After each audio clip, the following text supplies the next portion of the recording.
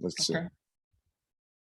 Okay, we're on recording. Okay, everybody, we're starting the show now. Today, we're talking about why are costs so high? And I just only imagine that we'll be weaving in some economic stuff. We were just talking off the air and off the camera about living overseas or in different countries. So, I'd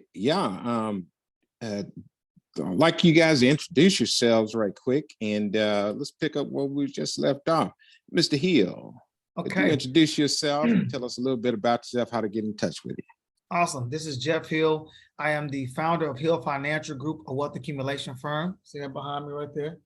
And the creator of the Retirement 2.0 movement, which is a complete mindset shift in how you deal with and plan for retirement.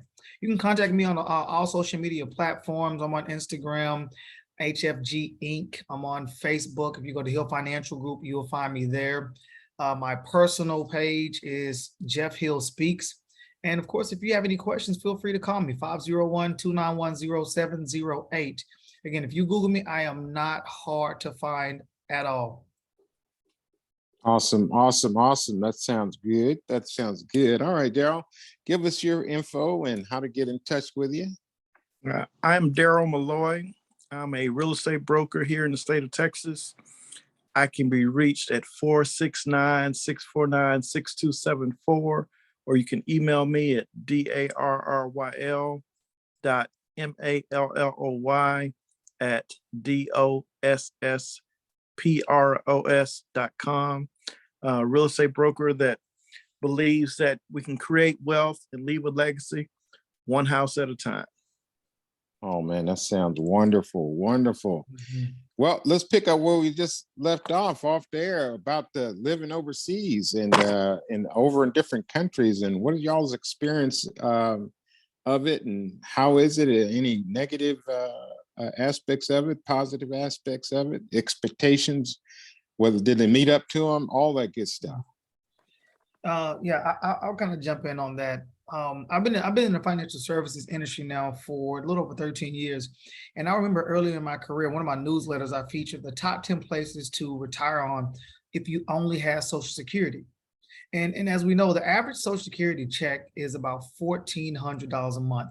So if you're a dual income household, you do that, you multiply that, you're looking at almost $3,000. In the US, as it relates now, we'll get into the topics of inflation and why that's such a crazy thing. You might think in your current state, depending on where you are, $3,000 does not go a long way. But when you move outside of the country, especially in Latin America, you would be absolutely surprised at how much more and how further your money can stretch. So in more present day, if you will, my wife and I decided to do a 1-year honeymoon. So we traveled around the world for an entire year. So that gave me the opportunity to get an updated 10-year version of what life looks like if you were to want to move out of the country. Now, of course, we didn't do all Latin America. We went to places as expensive as Dubai, okay, which you can definitely spend a lot of money living in Dubai if you want to, but you don't necessarily have to. It's not always breaking the bank on where you go. So our perspective is different than most. So we did our research firsthand, traveling around and looking at what is it like if you got to go get groceries, or what is it like if you have to get healthcare done. And to our surprise, it was a lot cheaper to do this stuff outside of the United States. And there are even groups that do tourism, like medical tourism, to where that's your whole responsibility. You travel outside of the United States to get your medical stuff done. We already know a lot of people cross the border just to get some of their regular medicines because they're so much cheaper to get them in Mexico as it is in the United States. And you don't necessarily have to have insurance because it's that cheap out of pocket to get a lot of stuff done. So for anybody who's considering it, and even one of the things I recommend as people are getting near to retirement, if you have the ability to do so, take a couple of months off and go travel some so you can get an idea of what retirement is going to look like for you. Because one of the questions I often ask is, what day do you spend the most amount of money on? Most of the time people say, oh, Saturday, right? Because again, you're not working, you can go do whatever. And I'm like, well, when you retire, every day is Saturday. So what happens now when you have the freedom to go spend the money and you're not worried about having to clock in? This is why most people run out of money, because they don't really know how to manage it. When you retire, you got a big bucket of money to manage, as opposed to I'm getting paid every 2 weeks or whatever. So your concept of running out of money just goes out the window, because you see a big number that you've never had to manage before. So, there's a lot of little things that come into play when you are wanting to move out of the country. So I just tell people to go get outside of the country, or even just take time off to see what your lifestyle looks like when you are entering into the retirement phase. But do not discount moving outside of the US. Brush up on your Spanish or whatever country you might be going to, because it's needed. But again, one of the things we mentioned prior to starting to record is you can find expat communities, expatriates, so people who are not native to that land, and especially a lot of African Americans. Man, we've met so many people, made some really close contacts and networks of people who just wanted to go heal from the US. The best way to put it. They got outside, they started healing, they became more in tune with themselves, with nature, and just just threw away the baggage of stuff that happens inside the US. And that's a whole different conversation for a different show, as you guys know what goes on inside of this country. And you mentioned kind of the good, the bad, the ugly. Every country that you go to is going to have something, right? It's going to have something that goes on. Some places they have protests, some places they might be cartel or whatever related. Some place women might be treated a certain way. So as long as you kind of understand where you are, you know how to govern yourself accordingly. One of the things that I see when I travel is sometimes we as Americans, we travel kind of arrogant, kind of cocky, because we're Americans. When you travel, you got to get rid of that, because nobody really cares. Sometimes it's cool if somebody is learning English, like, oh, I got an American person I can practice with. But outside of that, your American status doesn't always mean what you think it does, because not everybody respects Americans because of that level of attitude. So you just have to learn how to govern yourself accordingly, but don't be afraid to go out and travel. I'm so glad I got away from some of the resort style traveling like I used to do, and was able to connect on the other side of the street, so to speak, with some of the locals, because your experience is way different. The authenticity of what you see is way different when you do that. So I'm a huge fan of living abroad, which is what we do now. Wow, that sounds awesome. I appreciate that perspective. And that is something that's outside of the normal dialogue or discourse. Normally people talk about, hey, and to include my parents, because that's kind of where I kind of got it from. Hey, let's retire and let's, do whatever. I've got an uncle who, he didn't go to college per se, but he was a businessman his whole life. He was actually featured in the Houston Chronicle for having a barbershop, one of the oldest barbershops in Houston. His name was Sam Woods. He died in 2017, but he was like 96 years old. Wow. Then, and he was still running his business. 78 years, I think he had his business. Wow. Oh yeah. And he was of the mindset that he never worked for anybody but himself. And he was like, in our family, in our network, he was the person that you went to for loans. We didn't go to the bank. We went to Uncle Sam. The good Uncle Sam. The good Uncle Sam, yeah. And Uncle Sam's interest is like zero, Yeah. I get it. I understand. Tell me when you're gonna have it all paid back, and you better make them payments, so he's gonna call you. But it was good, and we learned, by example. Hey, but he learned it from his dad. My uncle.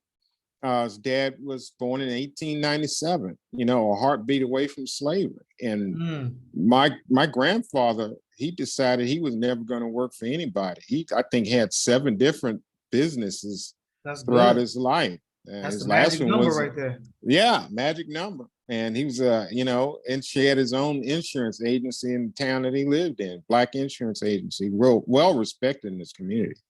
But I wish, but we didn't. Oscar W. Woods, Senior. Okay. Yeah, down in Bay City, Texas, Matagorda County. Oh Okay. yeah, yeah. He was, I mean, he was wheeling and dealing back in the 50s.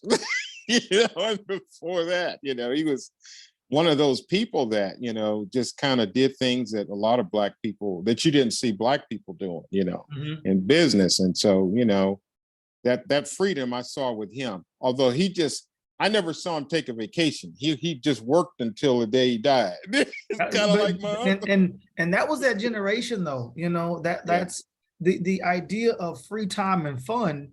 Just, like you might take a little picnic here and there, but things have changed so much. And now you got people who are trying to exit the workplace after being in there for 5 years. Right. Oh. Just that sun up, sun down, I grew up in the country, so I grew up with that mentality. So it's not uncommon as a business owner for me to put those kind of hours in, but it's Right. different when you build it for yourself. Right. It's completely different. Most time when people leave the workplace, they think, oh, when I become an entrepreneur, man, I got all the freedom and one of the things we say about financial services, that's the number one reason why people come into the industry, because they love the freedom. Mm. The number one reason why people fail in this industry is because of the freedom. Wow. You don't know how to govern yourself accordingly to where you can make a day happen. Because think about it, as an entrepreneur, you make stuff happen. Right. You get up every day with the intent to let me go find a problem to solve or whatever, and you go out and do that. You don't have anybody handing you, necessarily clients or whatever. So you have to go out and make stuff happen. Right. I tell people being Go ahead.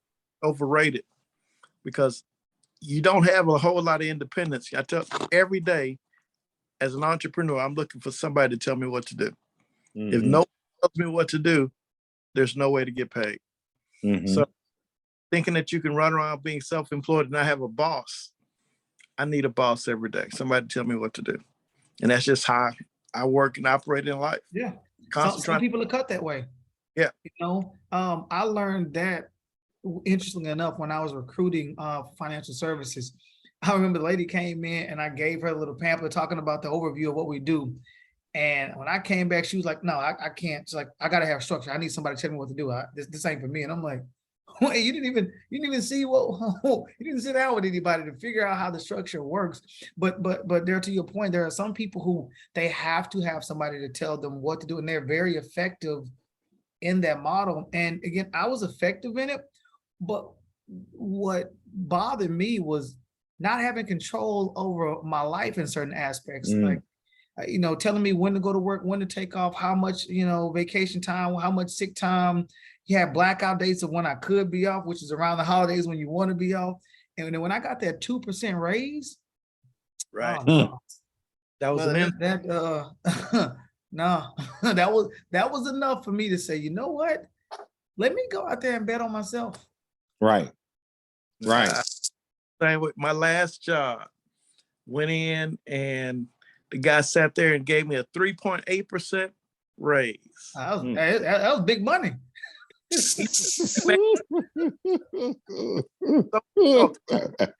Can't do this anymore. I was like, man, I mean, he was just smiling at me like I was supposed to be happy. I was like, no, I'm not happy with 3.8%. Right. Yeah. And said, that's just the way it is. Have not looked back. Yeah, same. I was like, is it though? Is that just the way it is? And I'm like, I can drive around some of these neighborhoods and look at these houses. Ain't no way. Ain't no way they making these mortgage payments and these car payments and all that's on this kind of income. And this is Arkansas, which typically is on a lower end state from a cost of living standpoint. And I was probably making about $45,000 a year at that point. I was back in 2009, and I'm like, nah, just that's not gonna be it. So my thing was, I gotta leave, and for me, I had to be 100% commission. Because awesome. I had to know what I was capable of. Because I looked at it like this: if I have a salary, that will promote me to be lazy because I know I got something to fall back on.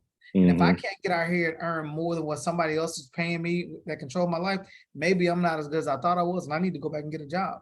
So I need to make sure I didn't fire myself. So I had to put that time in and learning and sharpening a sword and keep getting uncomfortable to learn, because I knew what I wanted and I knew what it needed to look like. and I wasn't afraid of the work, and now that level of discipline to learn is paying off even more nowadays, especially as we dive into the topic. The ability and skill sets that you learn on that entrepreneurship journey will serve you in so many facets of life, especially if you need to start to build multiple sources of income. Mm-hmm. Mm-hmm. That's a powerful tool there. And I like the concept. And let's come back to that, the multiple sources of income. Mm-hmm. I think that's something that is lost, maybe. I kind of, am familiar with that. I've dipped my toe in other, dimensions with regard to that, but never deeply explored it. So I find that interesting and something to look at. Mm-hmm. And to kind of getting away from the idea that, hey, let's be this like my parents, right? Let's work on this job until we retire, That seems to be They an had old job concept. security to be able to do that, though. Yeah. That's a big difference in the industrial age. The industrial revolution, which is dead now because we have more machine everything. You literally had the ability to go to work with your little box lunch and your thermos every single day for 30, 40 years. You got your gold watch and your pension plan. You had your social security. You didn't have to put a lot of your own money aside because the company did everything for you. Mm-hmm. So when we got out of the industrial age and that whole revolution, things started to shift. But unfortunately, we have not updated our thinking in a lot of cases, especially some of the older people kind of stuck in our ways. Mm-hmm. And I think that's part of the problem with what's going on with retirement and economics and things like that. People are so ingrained with this is how it was, and back in this time it was working. But you had one phone line back then, and maybe two, if you had a little extra money on the side. Now everybody got cell phones. Right. When you think about the cost of one cell phone nowadays, that was 2 or 3 bills back in the day. Mm-hmm. And now everybody in the household has one. So economics are completely different. When you think about the cost of a house, yeah, you might have been paying 17% interest on, maybe $50,000, if that. Now you got 500,000 at, I don't know what, 4.25% there, better on what the rates are looking like today and then what the market is looking like. But things are completely different. And we unfortunately have not adjusted our understanding of economics to figure out how to give ourselves a fighting chance. And I think that's part of the problem with most people today. And what's hurting us is we're not trying to bring in new information. We're trying to make everything fit into the old paradigm. So we need that shift. I think about a couple of things. First, I want to say that, Jeff brings up a very good point about continuing to educate yourself.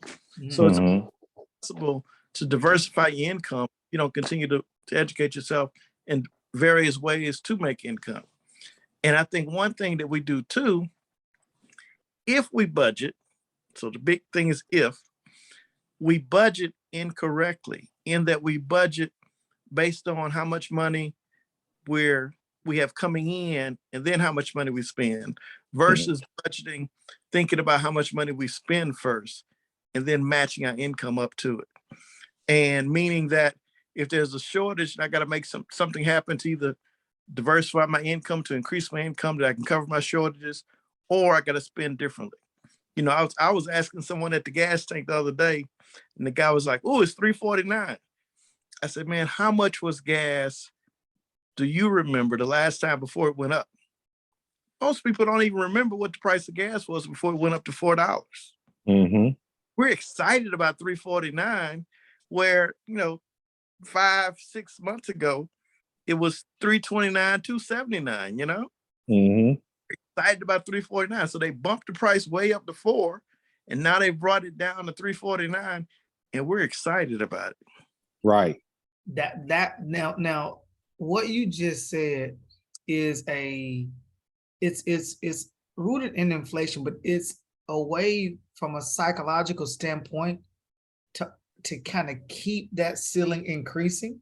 Because when you raise it up and you make people feel that pain, all of a sudden when you drop it down, it doesn't seem so bad. And this is a concept I've kind of been playing with over the last several days, not even preparation for this. So it's funny that you brought that up, but it's like when you go out and you make that big first purchase and it's something that you might do on a regular basis, and you go to a normal cost. Like if you went out and you spent $500 a night for a hotel and you did that consistently, all of a sudden when you're looking at $165 a night, that's not that bad. Like Right. man, I'm used to spending X amount else. So you have raised your level of understanding, if you will, and everything starts to shift. So it's kind of like Parkinson's law. Like once you stretch that mind or whatever, you can't go back to its original form. And in some cases, that can be a very useful thing, depending on how you're stretching yourself. For example, Yeah. income. For example, man, once you make that $100,000, it's a lot harder to go back and want to work for 50. Okay. Because now your belief system, like, I know I'm worth this because somebody paid me this before, so why would I want to go backwards?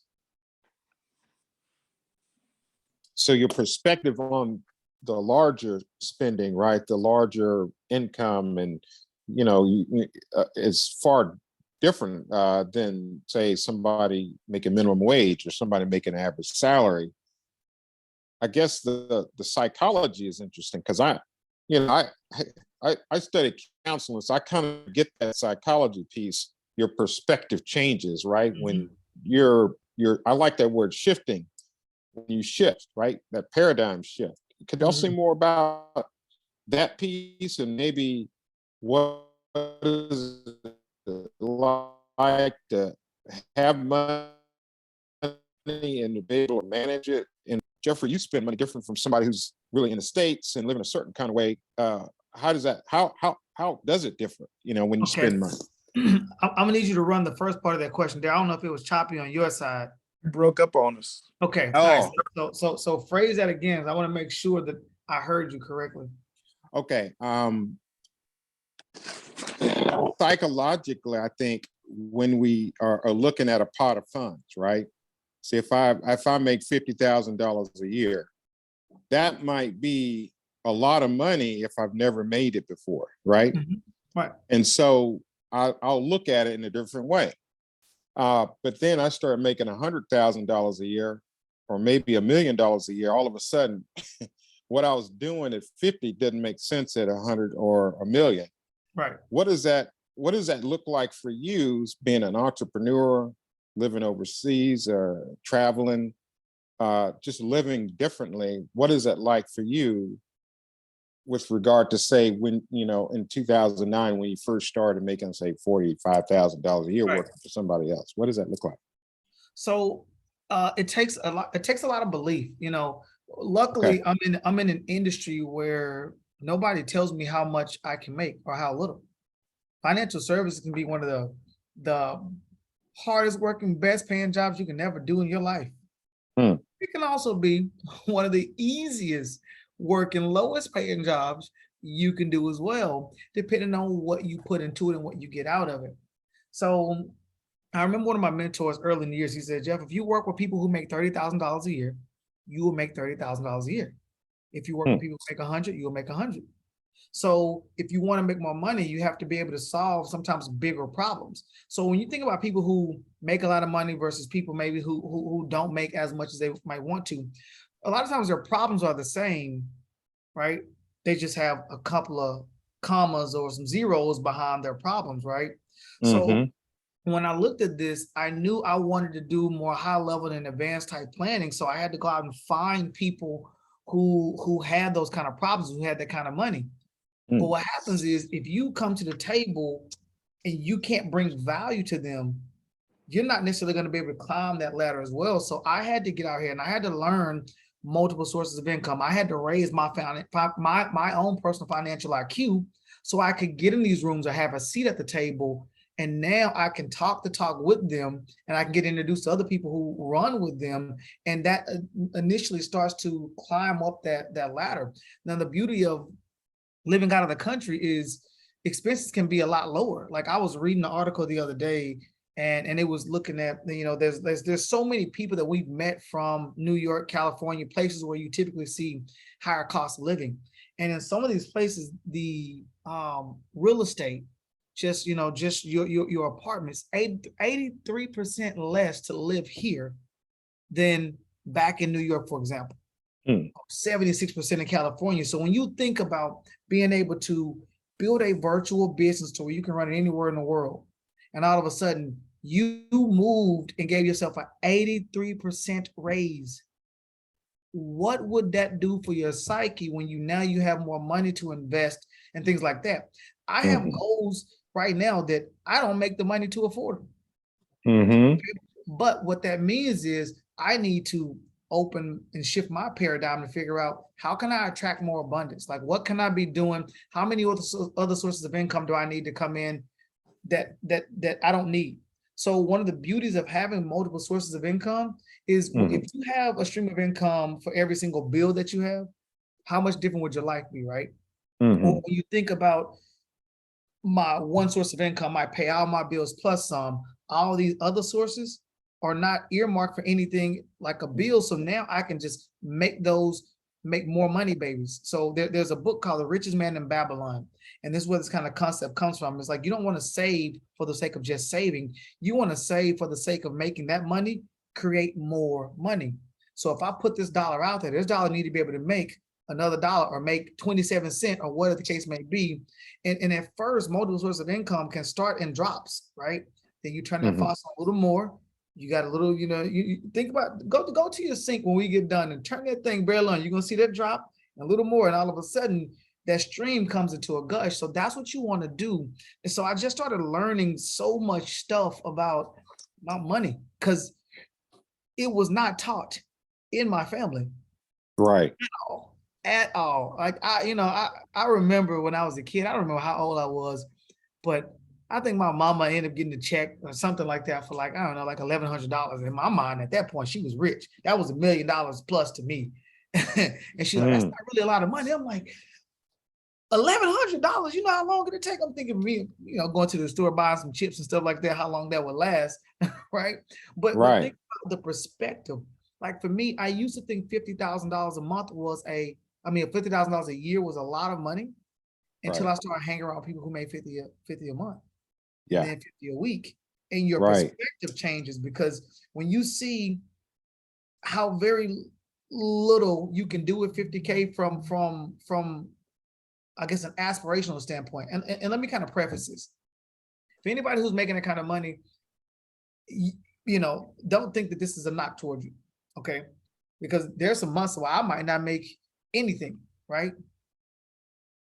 But how you use that money makes a world of a difference. So there's a game that you can play called cash flow. Okay. You go to richdad.com/classic, create a free account. And what I like about this particular game is you get issued a job. Okay. And you can be anywhere from a janitor all the way up to a surgeon, right? And your goal is to get out of the rat race. To get out of the rat race, you need $1 more in passive residual income than you do expenses. And then you no longer have to work for money. But that's not how you win the game. You win the game by increasing your cash flow by $50,000 a month. So let me kind of tie this into what I mean. You can play this game as a janitor and you can play it as a doctor. I can still get out of the rat race fast as a janitor. Sometimes I can as a doctor because it makes you have to be more disciplined with your money. You have to be more strategic with how you spend your money and how you view and take on risk. Yeah, that doctor after 2 pay cycles might be able to go out and buy a big property with their cash flows. That janitor might have to save 6 paychecks, get a property and learn how to leverage that property and maybe to sell it. Darryl can definitely talk to the real estate piece. He can tell you how many times people have bought a house and flipped it in a matter of 6 months, a year. And all of a sudden they got another $40,000, $50,000, $60,000 out of it. And they took that, split it up, and maybe they bought 2 multifamily properties that are cash flowing. That's what I mean. So when you start to learn how to implement strategies, your life change.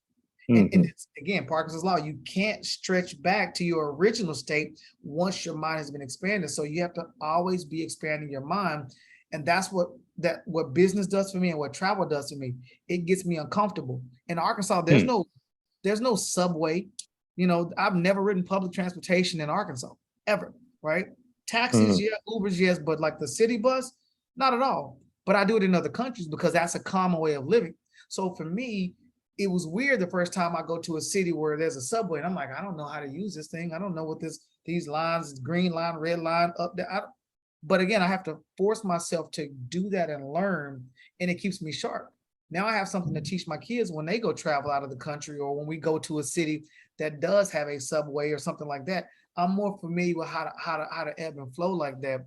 So for me, life is about kind of keeping myself uncomfortable so I can continue to learn, because I can't pour from an empty well. So if I'm not learning myself, what value can I bring to the marketplace? I Not think a that's lot, right? powerful. Yeah, that's powerful. Let's bring in Mr. Malloy. Malloy, what you say about this? What are your experiences about the real estate, the market, your experiences with, maybe buying and selling, and then maybe kind of talk about the economics of, flipping houses. Is that, does that make sense for people? And we can move on from there a little bit, because that's I think a huge thing, that housing market. I think, the housing market, just to get an understanding of it, we talked about interest rates kind of from the beginning, and how interest rates have gone way up, and now they're actually coming back down. If you look at some of the stats, the current inflation is about 9%, and there's cost of money will have to go almost up to 9% as well in order to bring inflation down. And that doesn't necessarily mean that mortgage rates will go up as high as 9%, but mortgage rates will go up, and they will adjust, because mortgages and housing really do drive the economy. If you think about how jobs are involved in housing, it's more than just a buyer and a seller, but you got, the concrete guys, the carpenters, the architects, all the different trades are involved, and all that money turns over in the economy. So the key is we have to participate in the process. If you think about kind of from how we grew up and how we normally do things in our community, the stats show that an African-American family lives in their home, buys their home, lives in their home on average 23 years. A white family might live in their home 7 years. So they've turned their equity over 3 times by the time we turn our equity over once. And by the time we turn our equity over that one time, it's actually started decreasing in value. So we've actually burned up the equity living in the house versus turning the equity over. And so we have to learn to exercise and participate in equity building in home ownership or through home ownership. And, if you think about just moving, if you think about master plan communities, how you have one price home, then you have next price home, then you have next price home. Each section is a different price point, and you can live in a subdivision, but live in a different section. And each section you move up, you get more house, not necessarily even more house, but more value in your house, and you turn your money over that way. So I think that's important for us to understand that. Then to understand, let's say over the past, since the 70s, I saw a study that was done from the 70s up until now, the average interest rate has been like 7.7%. So even today's rate of 4.75, which is higher than it was in January or higher than it was in December, a 2.75 or 3.75, is actually below what the average rate has been since 1972. So of course we have the millennials that are coming about now that are your main age for home ownership, and throughout all of their life per se, or their visioning of home ownership, rates have been historically low. Not understanding that historically the rate is about 7.7, and that rates are still very low.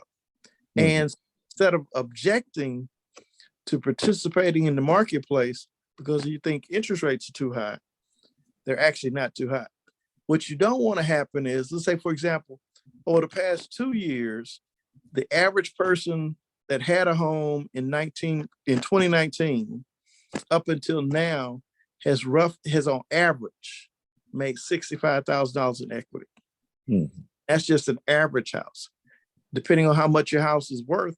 I mean, I've seen houses. I mean, I met with a builder on today that crazy numbers. I did a video with them 2 years ago, and the house was 4 something. We're in the same model home today that we were 2 years ago. And that same house is now almost $700,000. Wow. Gone up $200,000 to $300,000 in 2 years. Same house. And hasn't changed. I mean, they're using the same plans. Nothing's changed, but the value has gone with it. Wow. And I think about the craziest thing to me was the wood shortage, and how, of course, they said they increased the price of houses because we didn't have enough wood. And I'm like, how do we have a wood shortage? And now all of a sudden, wood cheapest it's been in forever. So a lot of it is, I don't want to say it's not real. It's manipulation. It's manipulation for sure. Yeah, we talked about the psychology earlier. A lot of it is psychology and manipulation. And we have to understand and have our own principles and our own values and our own vision on what we're trying to do, regardless of what the man says or what the news person says or what the economy says or what the culture says. We have to participate, have a plan of our own to participate in the process, save our money, make our money, multiple streams of income. If that means investing in property, I mean, you think about, a lot of people don't want to invest because they don't want to be a landlord. Nowadays, you have mutual funds, you have real estate investment trusts. Where you can invest in real estate from a non-landlord standpoint as a partial owner. You can also, I mean, at different industries in real estate. The industrial industry right now has very good returns. Hotel motels have very good returns, and storage units have like the highest return in real estate right now. And just think, when the storage unit, you don't really have to deal with any people. You got a bunch of concrete, yes. You got metal buildings, yes. You got some air conditioning, but people come in every month and pay for their stuff. They don't stuff. And so there's no plumbing, no air conditioning to mess up anything. You don't have to worry about somebody having to break in and carpet and all toilets. Right. No toilets. Maybe termites, but no toilets. So we just have to change our mindset. As you talked about earlier, perspective. Just to me, it's perspective and exposure. As we expose ways of money. And I usually tell people that you want to invest in something that you look at that's easy for you to follow. So if that means that you're going to invest in stock and you drink Coca-Cola, then maybe you buy Coca-Cola stock because that's what you drink. You like to see it. I mean, when I was doing mentoring, I tell the parents, I said, just think that instead of buying some Air Force Ones this year, we bought some Nike stock, and see what that stock is worth when Christmas comes around. And taught the kids. It's like, hey, let's not put pressure on our parents to have all this name brand stuff, but let's put pressure on them to buy us one piece of stock every year. Instead of Polo clothes, we're buying Polo stock, we're buying, and then you start looking at that historically. Your Polo stock, your Nike stock, your Coach stock, those are like some of your highest performing stocks out there. And instead of us wearing it, why not buy it? Make money for you. Right. So we just had to make smarter decisions about what we do. If you're buying cars, maybe we buy some GM stock, or we buy some Tesla stock. I mean, I think about 2 years ago, I was talking with a young man about Tesla stock, and it was questionable. You kind of thought that Tesla was kind of running the game, but just think, you had invested in Tesla 2 years ago, how much made. So we have to read, we have to study, and can't just watch ABC, NBC, CBS News. You got to watch all the different news shows you can, watch some financial shows, do some reading. Can't depend on other people to tell us what to do, but really your own reading, your own research. And there's all kinds of things to invest in. So how do you determine what's a good investment and what's good? And I remember working for a financial firm. It's no longer in business now, but I still won't say the name, but it was up there with all the rest of them. And I remember a a lot of wheeling and dealing that was going on. I wasn't a broker. I thought I wanted to be a broker at the time. So I was going to sit for my Series 7. I never did, probably a big mistake because of the industry at that. This is the early 90s. So 1990, 91. And I remember, oh, this is totally off subject, but I remember mentioning to certain people in the 51st story of the Heritage Plaza building downtown that, hey, I wanted to be a broker like all you white guys. and so what happened was, and the only reason I even got the job was because they thought I was a white guy on the phone. Right. I kid you not. I totally agree. When I walked in there and I hit that, door number 51, button 51, and went up, 2 different elevators to get to the top of the building. And I walked in and those people gave me a triple take. I tell you, what I had doing here. Right. I had an experience where, y'all have dream jobs. I had this dream job that I wanted and finally got an interview. And I'm sitting in the lobby, blue suit, white shirt, red tie, dressed appropriately. Mm-hmm.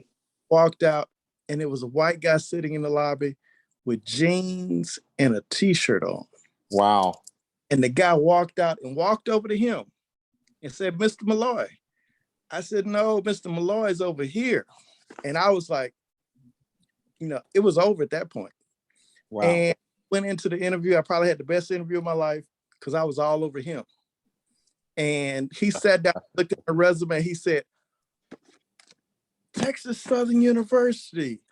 Oh, TSU." I said, "Man, you missed that. You didn't realize that was TSU." And it was like, it was like a horrible, just the it was amazing. Just the things that he had missed in looking at my resume, talking to me on the phone, and then seeing me in person. I said, "Man, this was my dream job." And I walked in here, but I wouldn't dare take it. Mm-hmm. And so it's crazy. And we had to control our own destiny. Right. Man, I want to answer the question you asked, Chris. Like, what, how do you know what's a good investment? Yeah. One of the best investments you're ever going to make is going to be in yourself. Okay. By far. You have to invest to increase your financial IQ. So Darryl mentioned reading books and watching. So if you can't spend any money, at first you got to spend your time. There was a lot of times where I couldn't afford to pay $1,500 to go to a conference to hear Bob Proctor or Tony Robbins or any one of these people who was going to help me shift my mindset.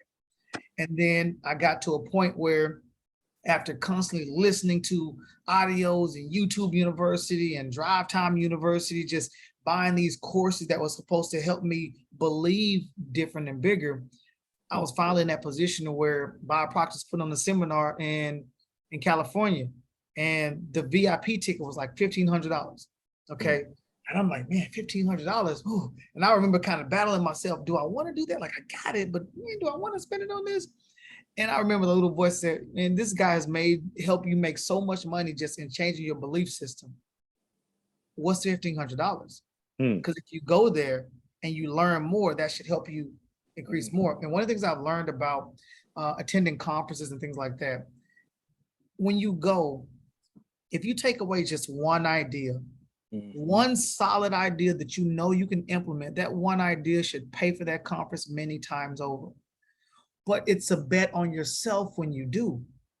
And this is why it's so hard to get people to maybe sometimes invest in themselves, because we went to high school, it's supposed to help us. We went to college, it's supposed to help us. And I'm out here in the real world, but I'm not successful yet. That's because your previous educational tenure failed you. Those systems are not designed to help you become successful in real world activity. It's designed to teach you how to be good at a job. Now, granted, you can still become successful at a job if you're trying to climb a corporate ladder, if you can do that, right? But how much control do you have in that? Right. So Bob Proctor taught me this phrase: if you pour your wallet into your mind will fill your wallet. So we kind of touched on it earlier. When you start to invest in your financial IQ and you start to learn and implement stuff, that's knowledge. Now that you got knowledge and experience, and if you can learn how to package that, you have a digital product that you can sell. Here's how I Wow. got out of debt in 6 months or 5 years, or, here's the top 10 things I wish I would have known before I went down this path. Now, somebody who might just be getting ready to start say, hey, I'll pay $97 if you're going to teach me how to not make these mistakes for the next 5, 10 years. I don't want to have to bump my head. But sometimes so many of us feel like we want this badge of honor to have to struggle through stuff instead of reading a book or purchasing a tape to say, you can teach me, I'll pay you for it. And granted, unfortunately, there is sometimes a lot of fluff out there. I know I purchased some stuff over the course. I'm like, you charge for this?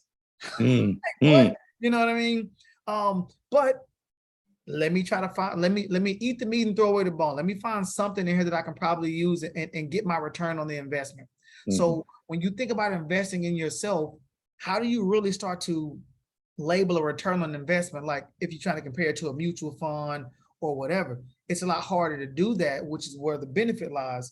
Is if I spend $5,000 and I go learn real estate, and all of a sudden 5 years from now, I have 17 different properties and it's cash flow into infinity. How do you start to compute, the rate of return on that 5,000? It's so hard for so many people because they haven't been in the position to bet on themselves and it had to work. You say bet on yourself. It's like how many people want to take a risk on themselves? Right. Because in betting on yourself, you could bet and lose. Yeah, you can. Right. Absolutely We don't can take that risk on ourselves. And it's important that, like, we bet on ourselves and we believe in ourselves. We educate ourselves. We expose ourselves to other things. And so you keep talking about the Parkinson's law. Yeah, Parkinson's law. We just have to expand our minds. And based on exposure, and we just don't allow ourselves to ever go back. Right. Surround yourself with the thinking that outthinks you. Right. I know this is people that out you. This is a shift, but I know, and to I guess to relate it to something I'm familiar with, the psychology. There's a person who Dr. Carl Rogers. He studied under Sigmund Freud, and he surmised, right, that the human mind, right, the human being is bent towards progress all the time. And so given your natural state and inclination, you will progress, right? And so I think that makes sense when it comes to you guys and what you're talking about, to invest in yourself and to believe in yourself and to pour your wallet, I love that, into your mind. That makes sense to me, given, say, Carl Rogers' statements about everybody really, when you're born into this world, you automatically want to go, right? You want to grow. And this makes sense to me, but I think somewhere that gets, I don't know if it's untaught, it's beaten out of us by life or programming, but something happens. Okay, talk to us, Mr. Hill, about the paradigm. You were on the path. It's beaten out of us because let's say a parent had those same aspirations to go out and conquer the world and do whatever, right? All of a sudden, along the way, they didn't invest in their financial IQ. They wanted to do A, B, C, and D. Life got in the way, and they put that dream on the shelf and they never picked it back up, right? So in their heart of hearts, they're trying to protect you when they say, it's okay, don't do that. Yeah, I was gonna do that too, and look where I'm at now. Because sometimes those people don't really want you to win, because now it's a reminder that they didn't go after their goals, right? And when you get into the crabs in the barrel mentality, this is where you see a lot of that stuff happens, right? So Darrly, you touched on something a second ago, like when you have segregation in neighborhoods, I don't remember which person said it, but one of the things they mentioned is, if you didn't have segregation, you have the integration of Black and white, that elevates everybody. But when you put the ghetto, right, the whole purpose of the ghetto is to keep like-minded people together. So it's a lot harder for you to get out of that and see above the water when everybody is just crabs in a barrel and they're kind of on the same level. Nobody's really doing good and thriving. This is why it's so much of a push to get out of that. And then what do they tell you? Don't forget where you came from, right? Yeah. Oh, now you big time. You don't have time for us. But it's like yes and no. Like I understand. Like if I'm looking back this way and I'm starting to put my time there, I can easily be right back there, right? And then people will try to shun you for you wanting more because you know for whatever reason, right? So you have to really shift your paradigm. Like my parents couldn't teach me Chinese. Okay. I had to go learn it from somebody who could. They couldn't teach me money. I had to go learn it from somebody who could, right? So when you start to really understand that paradigms were given to you by other people and those are not your own natural beliefs, then you know how to change it. The first law of learning is awareness. You don't know what you don't know. So once you become aware of something, then you can start to make the change. I saw what was happening and how I spent money and how I viewed it, and I didn't like that because it was keeping me broke. So now I have to get uncomfortable and get around those conversations that make me uncomfortable and say, dang, how can I level up to where this is not a thing of uncomfortability anymore? This is a walk in the park for me. How can I start having more 6-figure and 7-figure conversations? Because the more I'm in those circles, I'm starting to learn how these people think and how they believe. And, you know, birds of a feather flock together, right? If you hang around with 9 people, you'll be the 10th. Yes. 9 broke people, you'll be the 10th. If you hang around, 9 wealthy people or 10, well, you know how it works, right?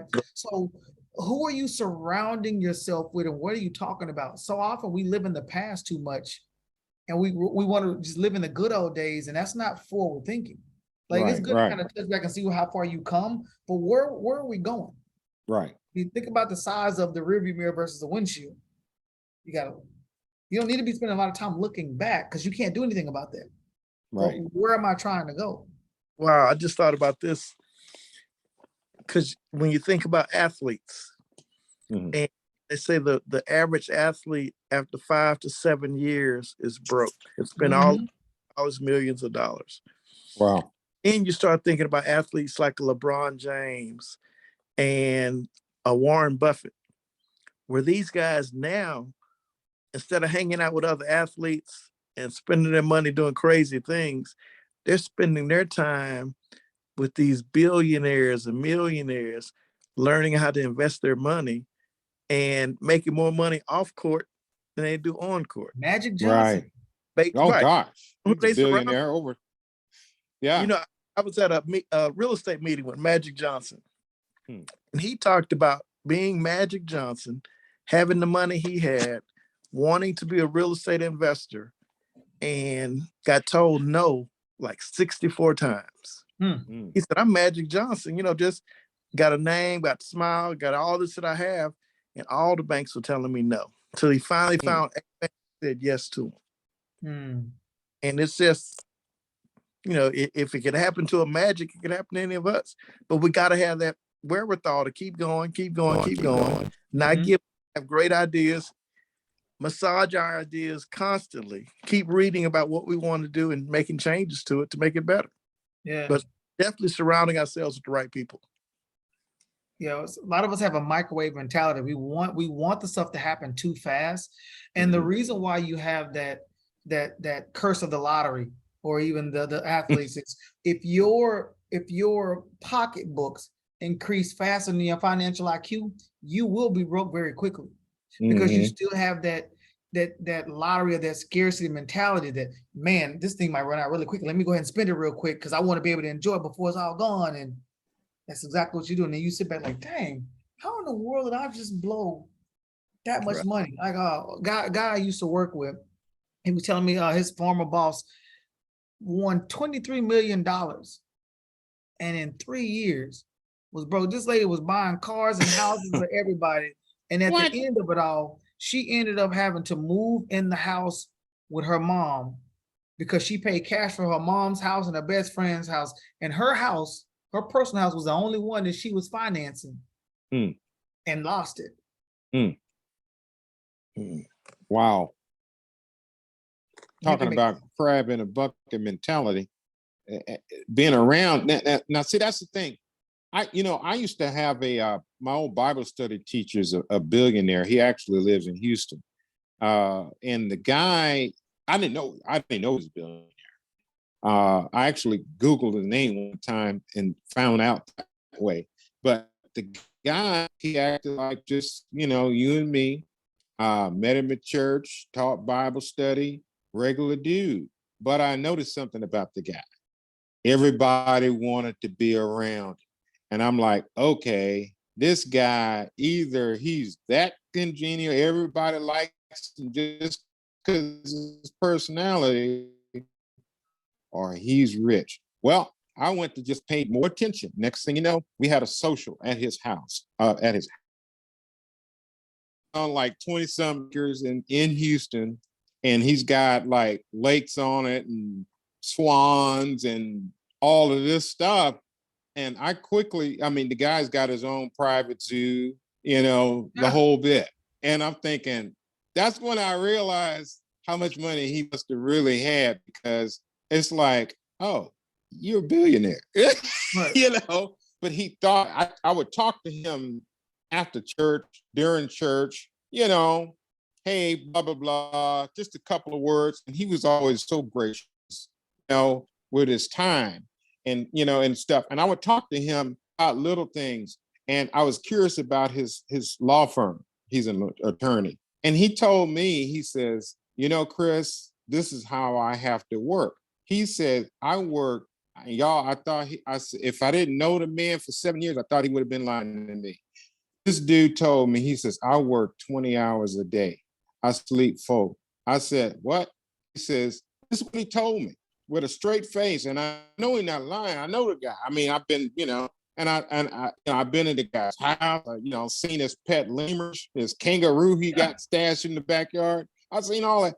I said, you do what? He says, yeah, I work 20 hours a day.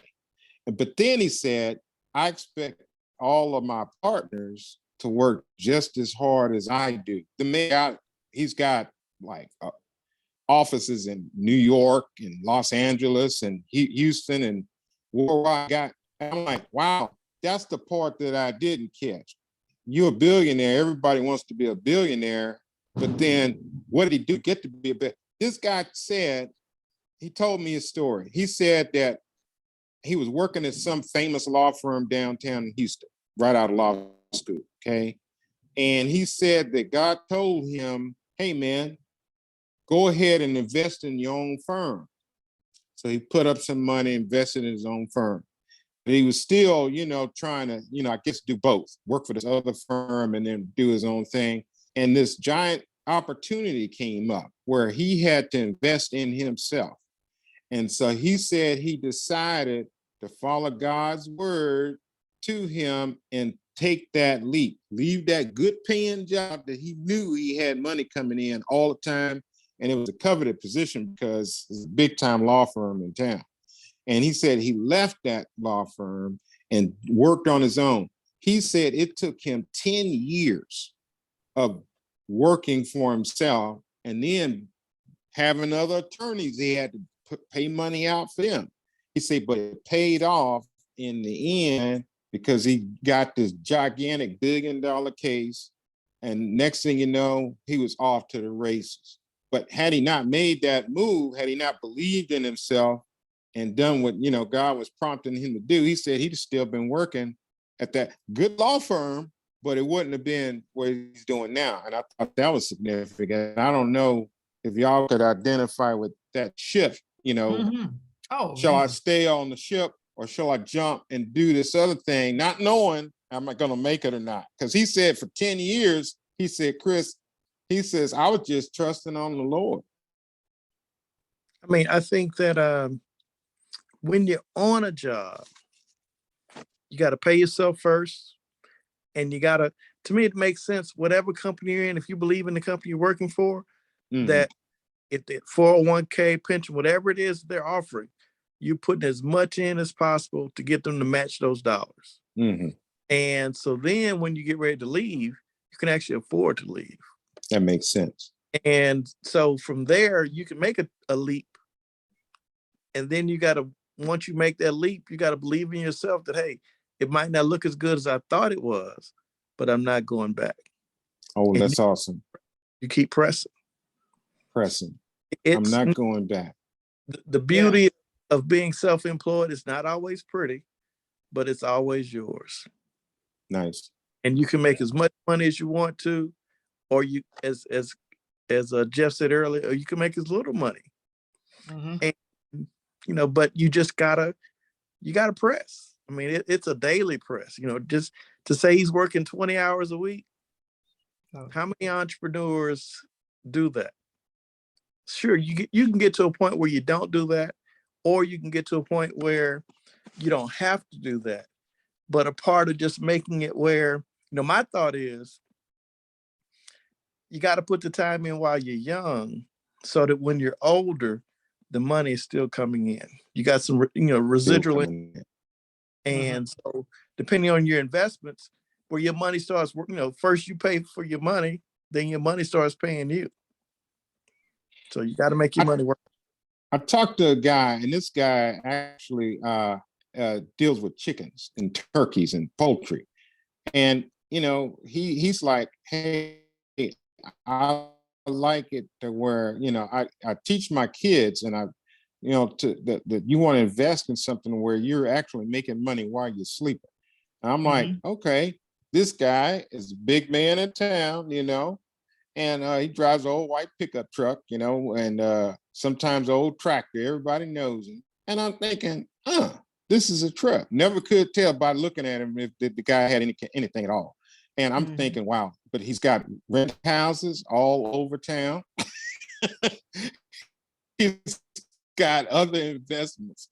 And he's like, this is how I work, and I'm thinking, okay, different, like you said, paradigm shift. And let me go work this 9 to 5. I'm off after 5 o'clock. I'm off on the weekends. These guys,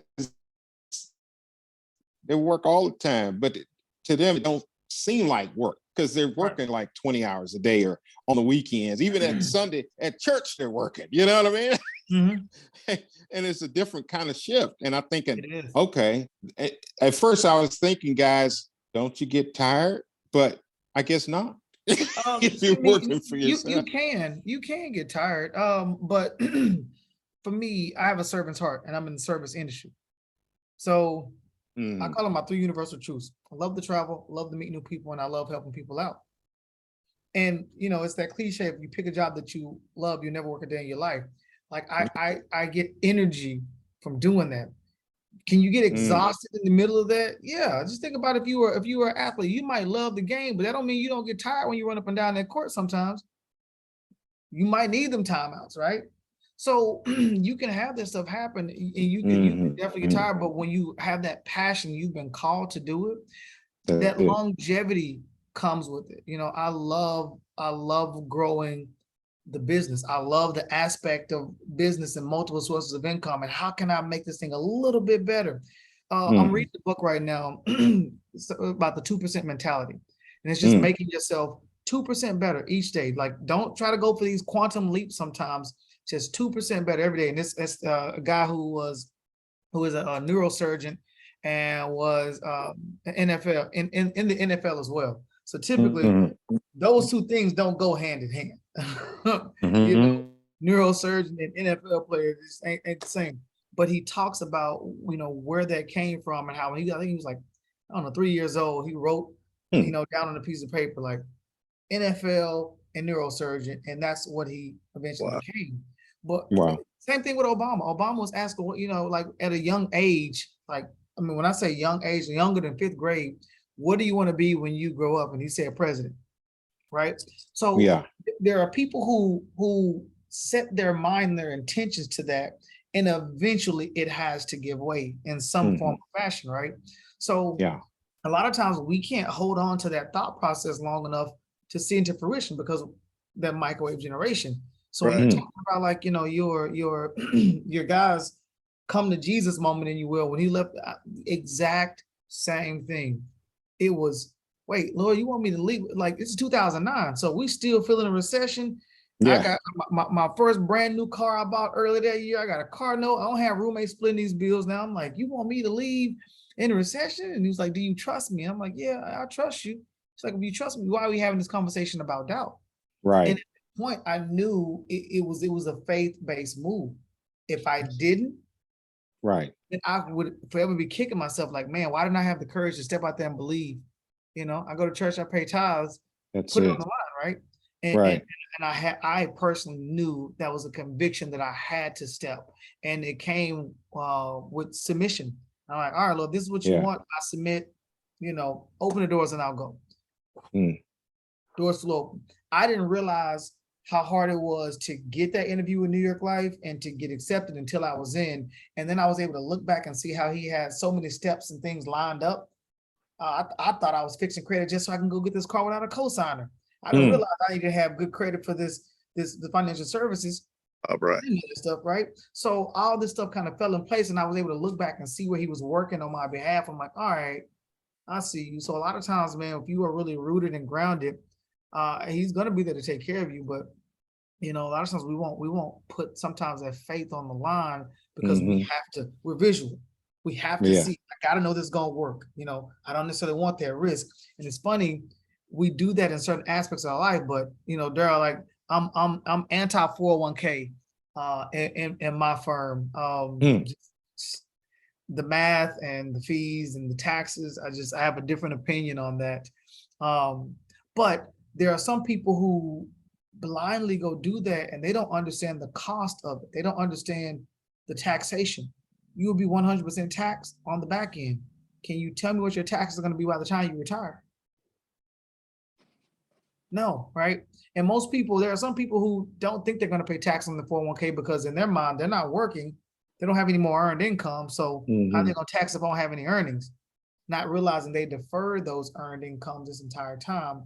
And at some point, you will have to pay the not so good Uncle Sam. and at that point, it's him saying, well, here's how much you owe me. Right.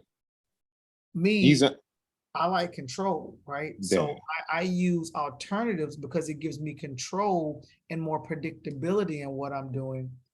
Because now, if I'm betting on me or betting on the risk of me, if you will, I feel like I should be able to outperform this 8% or whatever number is being used in the marketplace these days. And that's seems like.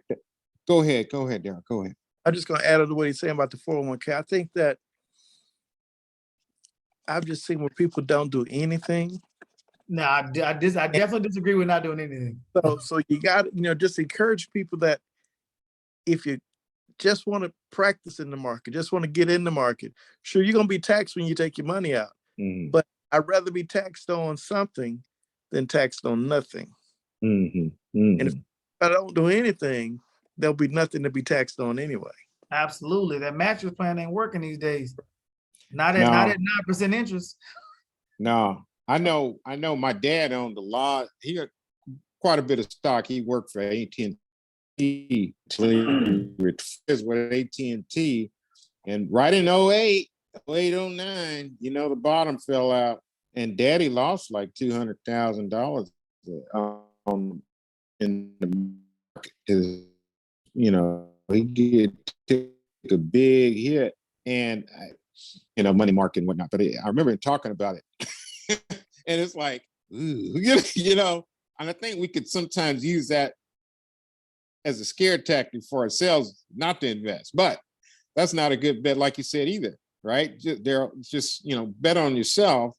Put it in some vehicle. If you like my grandmother who died many years ago, but my dad's mom, she didn't trust any because she was a depression kid, so she just put her money in savings and in land. So we still had a land today, savings gone. But I mean, it's I guess the paradigm shift is there, or at least should be there. And I appreciate you guys today. We're gonna have to wrap it up in a minute, but to look at how do you look at what's into the pricing? I like what y'all said about. It almost sounded like you said, Jeffrey, about the pricing's almost set artificially on a lot of things. What are y'all thoughts about that before we go? Yeah, Darrell, I'll let you go ahead and jump in on that unless you want me to start. I struggle with buying almost anything nowadays because, I mean, we can watch the news and we can see the truckers having their issues. We can see the Farmers. ocean liners having their issues. And I mean, I had someone tell me the other day how all their stuff was on the ship right now. When it gets here, it's going to be, and how the ship costs us more because the ships have to wait and everything. And then the crazy thing is, will prices ever go back down? And yeah, there's no reason for prices to go down. People ask about what housing crunch, what is it going to burst? I said, there's no reason for house prices to go down. We can sit on the sideline and wait for it to happen. Unless you're in a different kind of marketplace, overall, that's not going to happen. It can be psychology, whatever they've done to us to make us think that it's going to change. But we're going to be pleased with the pricing and buy. Let's say from an affordable housing standpoint, you still have, in my eyesight, the Wall Street investors that lost money in 07, 08, 09, they're still trying to make it back. And they have pretty much bought out the affordable housing marketplace. So they've bought out the marketplace for first-time investors. And now they've raised rents. And so many people can't afford to buy, but they almost can't afford to rent. Yes, exactly. There's no reason for the prices to change. It's 22. Yeah. Ooh. But this, we have the mindset that just as we had roommates and rented apartments together, that now we got to have that same mindset and we buy houses together. Okay. Right. That's Okay. that we have shared ownership. There's And nothing wrong with that, right? I've had a number of clients that, bought a house and 3 roommates in the house. Everybody had their own room. They're paying rent to him, and then their rents are low. And as everybody made money, they went and all bought their own house. Makes sense. And it just shared ownership is the next phase. Makes sense. You see this in other cultures, Okay. right? Okay. It's I can't remember the Zuzu concept, if you will, right? They call it, in some countries they call it partner. Right. Right. Where So everybody's right. So you get these people, especially like Mexico. Mexico is not uncommon to come into the United States in families where you might have multiple families in one house. Right. Your expenses are really, really low, and they are crowdsourcing this money to go ahead and start a business or two, start a restaurant. And when you go in there, who's typically in the restaurant? Other people of the community. So they're circulating a lot of that money inside of the community. So it's funny, like Darrly, you mentioned earlier about, the home ownership and how long, the turnover rate is in homes. And it's funny, I learned this a long time ago by a lady named Maggie Anderson. She wrote this book. It's called Our Black Year. So her and her husband in Chicago, they went out to dinner one night, had this fancy dinner, and they spent a lot of money. And they looked around, realized they was the only people in the restaurant that looked like them. It's like, why didn't we go spend this money, in our community, right? So they did this 1-year challenge to where they only supported Black-owned businesses for an entire year. And in there, she was talking about, in the white family, $1 stays in the household like 7 days before it's cycled out. And the Black household, it's like 38 minutes before it's cycled back out. That money is spent before you even get it good, right? So a lot of times we can't hold on to our money long enough to actually start to put it into places, right? So if we don't learn how to control our money enough, then it's a lot harder to navigate where it needs to go because we don't have control. So, and being an entrepreneur has made me better at budgeting because I know what a lean month or a lean quarter looks like, right? So it's when you get the money, how can you start to be strategic? But not only that, how can I continue to build more sources of income to where Earlier I mentioned, I know what a 0 month looks like. I technically don't, because I have residual income coming in from somewhere at some point in time, right? Mm-hmm. So every single month, I'm always going to have something coming in, regardless if I ever work or not. But my goal is to increase those to where now all of those things maybe replace what I'm actively earning, right? Mm-hmm. And then I've set those things up to make them make more money and more money and more money. And can I continue to insulate? And I'm a huge advocate of life insurance. I use life insurance to leverage in a lot of ways, whether it's term to leverage death benefit. If I die too early, cash value, so I can leverage touching the cash value to put it into real estate investment trust, if you will, or stocks. Well, not necessarily stocks, but crypto or some other avenue that can produce cash flow. So I love the way cash flow comes in. We've heard cash is king. I like Grant Cardone's language. Cash flow is king. Is this thing cash flowing? So earlier you mentioned, how do you know what's a good investment? Like for me, is it cash flow? And here's why. I learned this thing called the 100-man story. Okay, this is one of the things I was taught early in my career. The U.S. Census Bureau comes around about every 5 years, and they start doing their thing. They follow people around age 25 up until age 67, when most people would like to retire. What the study shows is that out of every 100 people, 12 typically die before they get to age 65. Like 14 of them or whatever die with annual incomes of around $14,500, so about Social Security. 66 people out of every 100 retire between 14 and a half and $65,000 a year. That's a huge gap. So on average, single person, maybe about 2,500, married couple about 4,000. And then only 9 people out of every 100 are what's called financially independent, meaning they can spend $65,000 or more every single year they're retired. So the question I always ask my clients is, where do you want to be when you retire? And they're like, oh, I want to be in the 9. I want to be in the 9. Every now and again, some people say, I don't mind being in the 66%. So the question is, well, how do they get there? And he was like, oh, they might have inherited some money, yada, yada, yada. As we know, the curse of the lottery and the professional athletes have shown us, you can get a windfall of money. That don't mean you're going to keep it.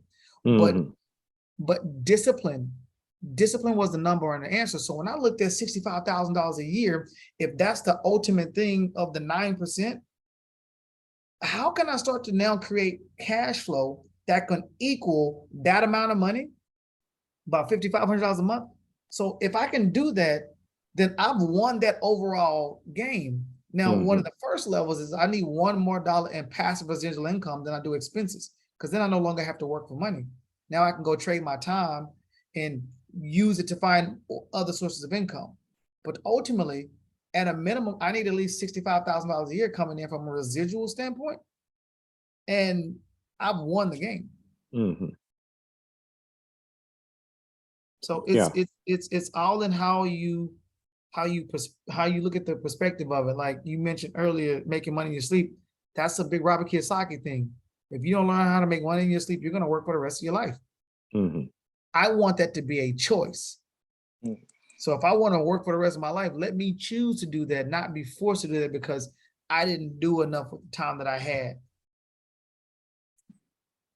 That makes sense. I think that's all very positive and powerful. I'm gonna give you guys a chance to wrap up. Darrell, we can go first with you. Just give us your thoughts on this whole thing, the economy. I like the housing thing, and whatever you want to say, and how to reach you again. Okay. Darrell Malloy, real estate broker. Darrell.Malloy at DOSPROS.com. 469-649-6274. I believe that we can create wealth and leave a legacy for our children's children through real estate, one house at a time. Awesome. Jeffrey, give us your last little bit. All right, my closing remarks. I don't really touch on the inflation piece, but multiple sources of income will help. So part of the question was, why are costs going high and what can we do? A lot of times look at your expenses. Like, what are you spending money on? Like, I've helped people renegotiate their cell phone bills. They're paying, oh my gosh, like $150+ a month when they could have gotten a new plan with more benefits for half the cost. Look at your cable bill. You're not watching all those channels. 9 times out of 10, you can probably get by with having, I don't know, like the Disney package that has like ESPN and all these channels in there for like $15 a month. And even with your cell phone bill, sometimes your cell phone bill has this stuff already included. Like my cell phone gives me access to Hulu and Amazon Prime, and we pay what, $13 for Netflix or whatever the case may be. And that's enough TV for us to be able to watch, right? Anything else you can probably catch online for free. Why do you need a $250 cable bill? You don't necessarily, but they trick you thinking, oh, you got 4,000 channels. You think, yay, you're not watching 4,000 channels. You might be watching 4, right? Right. So what happens if you drop that? So this is what I do when I'm sitting down with people and I'm going through how to create more income, because people are starting to see now, I'm not saving enough. I need to be able to do, okay, if I can't make enough right now, how can I cut what I have that I don't really need?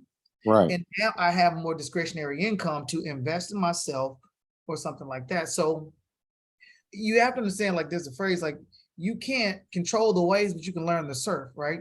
You can't control inflation, but you can learn how to put tools in place to help you hedge against inflation, right? Because things are not getting any cheaper at all. What's happening is packaging is staying the same, but the volume inside the package isn't changing. We bought some chips the other day, and man, we folded that bag over and like this little piece of, I'm like, why you got this big box? Like you Got mad. you could have gave us this sandwich bag of Ziploc with the chips and just left it at that. Put it in the Pop-Tart box. I mean, honestly, the amount of volume of chips, or the cereal that was in there would fit in the Pop-Tart box, but you got this big box and you thinking this is the family size. No, we got different families these days because it's not adding up. So once you become aware of some of this stuff, I mean, we felt that you seen what a pound of beef was, block of cheese, gallon of milk, bread, all that stuff is, right? So how can you now say, let me look at what I'm doing? How much do we have in luxuries? Like these cell phone packages and cable packages and all that. Renegotiate your car insurance. Go shop. Like I cut my bill in half when I went from Farm Bureau to Geico. And at 15% now, I got 50+%, right? So a lot of times we don't go and we don't look at this kind of stuff. And if not, they'll ink up these costs. Like I remember my credit score dropped one time and Farm Bureau said, oh, we got to increase your car insurance because your credit score dropped. So you're at a higher risk now. Credit score went back up. Do you think they gave me a letter and said, hey, listen, because your credit score good, we're going to go and lower this rate? No. So this is what Darrly and I were talking about. Once you ink these prices up and you're comfortable paying, you're typically not seeing those costs go back down. Okay, you're getting less for sometimes more, right? So be aware of this kind of stuff. And again, if you don't have any strategies in place, you got to get outside the box. Try network marketing. And I don't mean just getting in and I mean literally go a full out sprint with trying, because you're going to learn so much business experience with network marketing. It is crazy. You're going to learn sales, marketing, how to build culture, how to build a team, income, all that kind of stuff, especially if it's a product that you love. I joined a network marketing company that's travel because I love to travel. Plus, I wanted to be able to write off my vacations, right? It just made sense to me. So when you start to look at the tools and stuff that people are putting in place that give them a leg up, having a home-based business, which network marketing will give you a home-based business, can help you get an extra $2,000 to $10,000 back on your refund check. Just think about that. You already paying for your cell phone bill. Now it's a business phone. If you got an extra room inside your house, now that becomes your office. Get these deductions and learn how to take those extra savings and put them toward the future, right? So that would be my nugget. Again, if you need strategies, that's what I do. This is Jeff Hill with Hill Financial Group, a wealth accumulation firm. I teach people how to buy out their income tax partner for retirement, and I also help CPAs and attorneys do proactive and holistic planning with integrated solutions. So if you need me, 501-291-0708. That is 501-291-0708. And the email address is jeff@thehillfinancialgroup.com. THE hillfinancialgroup.com. And I'm on all social media platforms. So just do a quick Google search and find me. I'll be there and let's interact. Awesome, man. This was a great show. It went by entirely too fast. We couldn't touch on everything, but hey, I think we covered a lot of ground. I know y'all done there. I know both of y'all been on different shows. I think I just missed them, but we got to do this again. This is pretty powerful. I think the information that we're talking about, inflation, and I like this wealth accumulation piece. I enjoy this whole thing. And especially in the Black community, we just don't do enough of this type of dialogue. So I want to invite y'all to come back. Look, if Carl don't do a show, Brudy don't do a show, you can come on my show on Sunday at 5 o'clock. We're gonna work something out. Look, hey, just send an invite, man. We can show up. That's it. I'm gonna do it. My show is, is called mental health and culture. So I'm gonna stick y'all under the culture piece. maybe we could do an end of the year show with you guys. That would be beautiful. We'll chop it up more about it. But yeah, man, I enjoyed this a lot. Well, y'all be blessed. And all right, thank y'all. All right, thank you. Have a good one. Bye-bye. You too. All right. All right.